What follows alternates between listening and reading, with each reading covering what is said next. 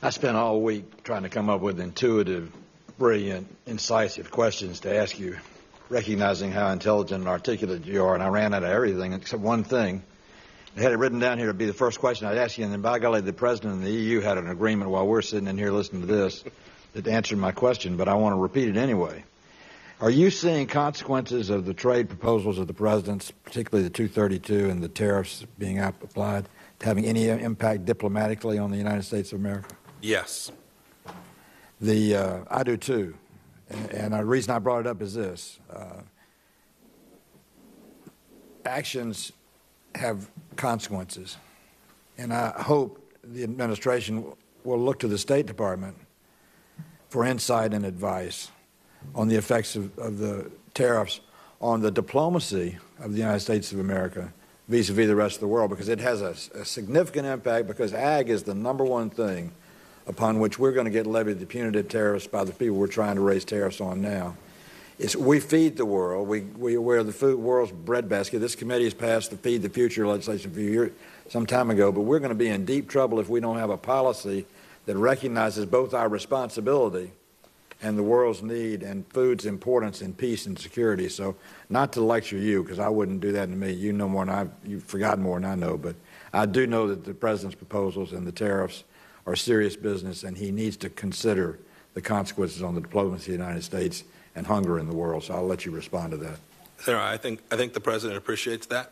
I think he understands that the tariffs that have been imposed have a diplomatic effect. They're part of my broader effort, to be sure. Some of those things create difficulties. Some of those things create real opportunities. We've seen each from the sanctions that have been levied to date. And I know President Trump, sounds like he made some progress today with the EU. I've watched Secretary Mnuchin, Bob Lighthizer, and the team try to use the effect of those tariffs to achieve good outcomes so that farmers can have access to markets, so that we get energy sold to countries that refuse to take our energy. Each of those things are important parts of the President's agenda to try and create wealth for ordinary Americans. And I commend the administration's commitment to 000 being the goal as far as the trade policy is concerned. But getting to that goal is going to require good communication between all facets of our government, including yourself and the State Department. Yes, sir. On the impacts, and that was the point I was trying to make. Yes, sir. I also am sorry Senator Paul left, because I was going to begin my remarks by saying I agreed with him on something, and I don't always do that. So y'all want to need to tell him that I prefaced my remark. But he is right about not being afraid of meeting with Vladimir Putin and the Russians and the North. Meetings with these people, in my judgment, are not as bad as a lot of people have proposed them to be. I've seen some people have said we ought to back up from meeting with them. But I think the more open we can be in meeting with the leadership of countries we're having to deal with one way or another, the more it forces them to be open. So it's really what the President has done when he went to North Korea is all of a sudden Kim Jong-un was sitting on the other side of the table and said, I'm sitting across the table from the President of the United States, the world media is here, and they're looking to me for answers. And all of a sudden, after it's all over and the pomp and circumstance is all over, North Korea's got to be accountable, or it's going to have pressure to be accountable. So I think the President's engaging these leaders makes an awful lot of sense in terms of bringing them out to surface in the dealings that we have with them. And I just wanted to throw that in there because I think it's an important thing.